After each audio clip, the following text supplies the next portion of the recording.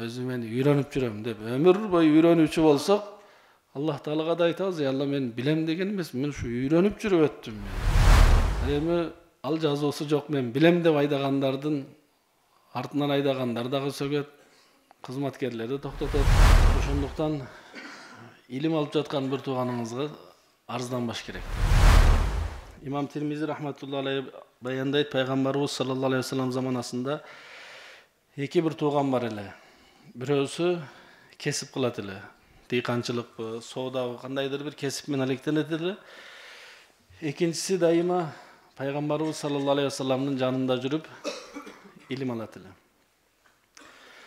Анан жанагы иштегени келип арызданды. Бул сиздин жаныңызда эле жүрө берет, илим алам деп иштебейт. Мен эсебимден жашайт, мен багып жатам деп арызданды. Пайгамбарыбыз саллаллаху алейхи вассалам айтты, балким Аллах Таала сага ошонун берекетинен рызкы берип жатат деди. Себеби Аллахтын алдында илим үйрөнгөн инсан өтө улуу, өтө кадырлуу. Ошонун берекетинен үй бүлөсүнө дагы Аллах Таала берекет берип, алардын кесиптерине берекет берип. Себеби бул илим үйрөнгөн адам илим үйрөнгөндөн соң барып ошолордун кесибине туура багытты үйрөтөт, адал кесипти үйрөтөт. Ошол максатта илим алып жаткан болот да. Ошондуктан илим алып жаткан бир тууганыңызга арызданбаш керек да. Себеби ал сиз жасап жаткан иштен дагы чоңураак иш жасап жатат. Ахраджал Баззару ан Аби Заррин ва Аби Хурайрата радияллаху анхума аннахума кала лабабун يتعلمه الرجل أحب إلي من 1000 ركعة تطوعا وقال قال رسول الله صلى الله عليه وسلم إذا جاء الموت لطالب العلم وهو على هذه الحالة مات وهو شهيد. Hazret Abu Zar jana Abu Hurayra radiyallahu anhuma bayandaşat, aytat, ilimden bir bölük үйрөнүү. Bir bölük degeni daratты үйрөндү. Гусул алууну үйрөндү, парыздарын, сүннөттөрүн, ушул бир бөлүк деп айтылат. Даратты башынан аягына чейин парыздарын, сүннөттөрүн, мустахаптарын канткенде бузулат. Ошолорду үйрөнүүнү бир баб илим деп айтат. Илимден бир баб үйрөнүү мага жагымдуураак 1000 рекет нафил намаз окугандан деди. Сахабанын сөзү. 1000 рекет нафил намаз адамды 1000 даражасын бийик кылат. Ошонон дагы мага жагымдуураак бир бөлүк илим алган деди. Пайгамбарыбыз саллаллаху алейхи вассалам айтты, кайсыл адам илим алып жатса, ошол абалда өлүм келсе, ал шейит болуп өлөт деди. Эми илим алуу үчүн бир болот медреседе түнү күнү жатып илим алуу. Бир болот адам жумуш менен биргеликте иштеп жатып, ошону менен биргеликте ичинде мен диnim үйрөнүшүм керек. Өзүмө тиешелүү дарат, гусул, таяммум, намаз, орозо, кесибиме тиешелүү, дыйкан болсо дыйканчылык, соода болсо соода, мамлекет жумушчусу болсо ошол жумуштун илимин үйрөнүшүм керек деп изденип жүрөт. Ал дагы илим үйрөнүүчү. Өзү негизи адам баласы өмүр бою үйрөнүүчү болуп өтүш керек бул дүйнөдөн. Себеби эч качан илимдин түйүнө адам жете албайт, бүт илимди мен алдым деп айта албайт да. Ошондуктан өмүр бою үйрөнүп жүрүш керек. Эки бир туугандын бири илим жолун, бири ибадат жолун тандайт. Пайгамбарыбыз саллаллаху алейхи вассалам хадисте айткан, ибадат кылуучу менен илимдүү адамдын даражасы мени менен силерден бир эң жөнөкөй адамдын даражасындай деген. Пайгамбар алейхиссалам даражасына кантип жете алат жөнөкөй бир адам? Ошондуктан илим алган адамдын даражасы өтө бийик.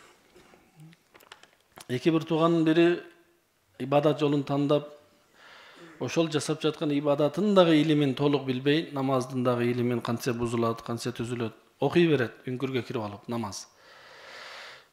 Түнү күнү намаз окуйт. Анан даражасы көтөрүлүп, күнөө кылбай, дайыма эле намаз окуп, Куран окуп жаткандыктан даражасы көтөрүлөт. Анан ушундай бир жакшы бир жагымдуу жыттар келе баштайт мурдуначы. Илим жоктуктан ойлойт бул шайтандан болсо керек депчи. Анан бир чүпүрөккө нажасты, бир нажас нерсени чүпүрөккө салып ороп, мурдуна таңып алып туруп намаз окуйт. 1 жыл окуйбу, 5 жыл окуйбу. Экинчи бир тууганы илим алып келип намаз окуп жатканын көрүп, бул эмне кылганыңыз десе, ушундай болду. Анан мен ошол шайтандан болсо керек деп, ушунча жылдан бери ушул нажасты, жаман жытты мурдума тагып алып окуйм десе, ошончо жылдык намазыңызды кайтып окуңуз дейт. أخرج الشيخان عن أبي موسى رضي الله عنه قال رسول الله صلى الله عليه وسلم مثل ما بعثني الله به من الهدى والعلم كمثل الغيث الكثير أصاب أرضا فكانت منها طائفة طيبة قبلت الماء فأنبتت الكلأ والعشب الكثيرة وكانت منها أجادب أمسكت الماء فنفع الله بها الناس فشربوا وسقوا وزرعوا وأصاب منها طائفة أخرى إنما هي قيعان لا تمسك ماء ولا تنبت كلاء فذلك مثل من فقه في دين الله ونفعه ما بعثني الله به فعلم وعلم ومثل من لم يرفع بذلك رأسا ولم يقبل هدى الله الذي أرسلت به. İmam Bukhari jana İmam Muslim rivayeti Hazret Abu Musa Şari radıyallahu anhu rivayet kılat Peygamberimiz sallallahu aleyhi ve sellem aytты. Allah Taala maga berip jönötkön hakikat, hidayat jana ilimdin misалы köp jamgırdı bulut siyaktуу. Asmandan jamgır jağganda жердин bir bölügü bolot, ötө түшүмдүү жер.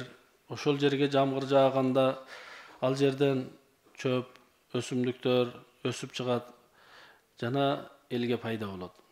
Экинчи бир жер өтө каттуу жер, суу сиңип кетпейт дагы, жамгырдын суусу ошол жерге чогулуп көлчөк болуп калат. Андан элдер пайдаланат, ичишет, дыйканчылык кылышат. Үчүнчү бир жер, ал жерге суу сиңет, бирок эчтеке чыкпайт. Бул адамдардын мисалы. Кээ бир адамдар дин илиминен пайдаланышат, өздөрү үйрөнөт, амал жасайт, башкаларга жеткизет. Ал эми кээ бир адамдар башында көтөрүп койбойт. Угат, билет, бирок барып үйрөнүп, амал кылайын дебейт, бул ошол жер сыяктуу дейт.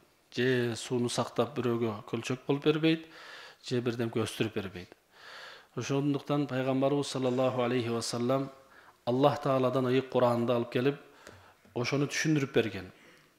Динибиз Аллахтын сөзү, ыйык Куран жана Пайгамбарыбыз саллаллаху алейхи ва салламдын түшүндүрмөсү, мубарак, берекелүү хадистер. Жана ошолорду бизге түшүндүрүп берген уламалардын фикх илими, ар бир адамга парыз болгон илим, күнүмдүк ибадатына тиешелүү илимди билиш парыз. Ар бир мусулман эркек аялга. Намаз парызбы, анын илими дагы парыз. Орозо парызбы, ден соолуктуу адамга, анын илими дагы парыз. Дыйкандарга дыйканчылык илими парыз. Соодагерлерге соода илими парыз. Үйлөнгөндөргө күйөө болуу илимин үйрөнүү зарыл. Турмушка чыккандарга аял болуу илими зарыл. Ошондой эле байлыгы барларга зекет илими зарыл. Байлыгы жокторго зекет илими парыз эмес. Мүмкүнчүлүгү барларга ажылык илими, ажылык парыз болсо ажылык илими зарыл, парыз. Ошондуктан илми хал, учурда керек болгон илимди алуу жалпы мусулмандарга парыз. Ал эми толук илимди алуу үчүн бир айылдан жок дегенде бир адам болуш керек. Үйрөнүп, ошол айылга кайра келип, элге ак караны, адал арамды үйрөтүп жеткизүүчү. Эгер бир дагы адам болбосо, барбаса, илимге кызыкпаса, анда толук айылдагы адамдар бардыгы жоопкер болот. Ошого иншалла илимге, үйрөнүүгө кызыктар бардыгыбыз болушубуз керек. Жаштын эч кандай чектөөсү жок. Ушул жашка чейин илим алынат, мындан кийин алынбайт деп. Албетте мектепке 40 жашта барсаңыз мектепке албашы мүмкүн. Бирок илим үйрөнүү эч качан кеч эмес. Өмүрүнүн акырына чейин дагы адам мен илим алам деп, талеби илиммен деп өтсө, өтө чоң пайда болот. Себеби дүйнөдө дагы машина айдап жаткандардын арасында кээ бир айдоочулар бар. Аркасына үйрөнүп жатамын деп жазып алган, депчи. Үйрөнүп жүрөм деп. Анын артынан баратсаңыз, сиз дагы аяп айдайсыз. Анын катасын эмне кыласыз? Эми бул үйрөнүп жүрүптүр макул деп көз жумасыз. ГАИ кызматкерлери дагы аларды тоспойт, үйрөнүп жүрүптүр деп. Ал эми ал жазуусу жок, мен билем деп айдагандардын артынан айдагандар дагы сөгөт, кызматкерлерди токтотот. Ошондой эле адам бул дүйнөдө жашаганда мен билбейм, мен өзүм үйрөнүп жүрөм деп өмүр бою үйрөнүүчү болсок, Аллах Таалага да айтабыз, Алла мен билем деген эмес, мен ушу үйрөнүп жүрүп өттүм мен. Мен үйрөнүп жүрүп өттүм. Ошондо Аллах Таала дагы бул үйрөнүп атат бул. Эми үйрөнсө анан билем дебеш керек. Жок, мен билем. Аллах Таала баарыбызды илим үйрөнүүгө кызыктарлардан, шооктуулардан кылсын, өмүр бою илим менен байланышып жүрүүчүлөрдөн кылсын. Субханакаллахумма бихамдик, нашхаду ан ла илаха илля анта, настагфирука, Аллахумма.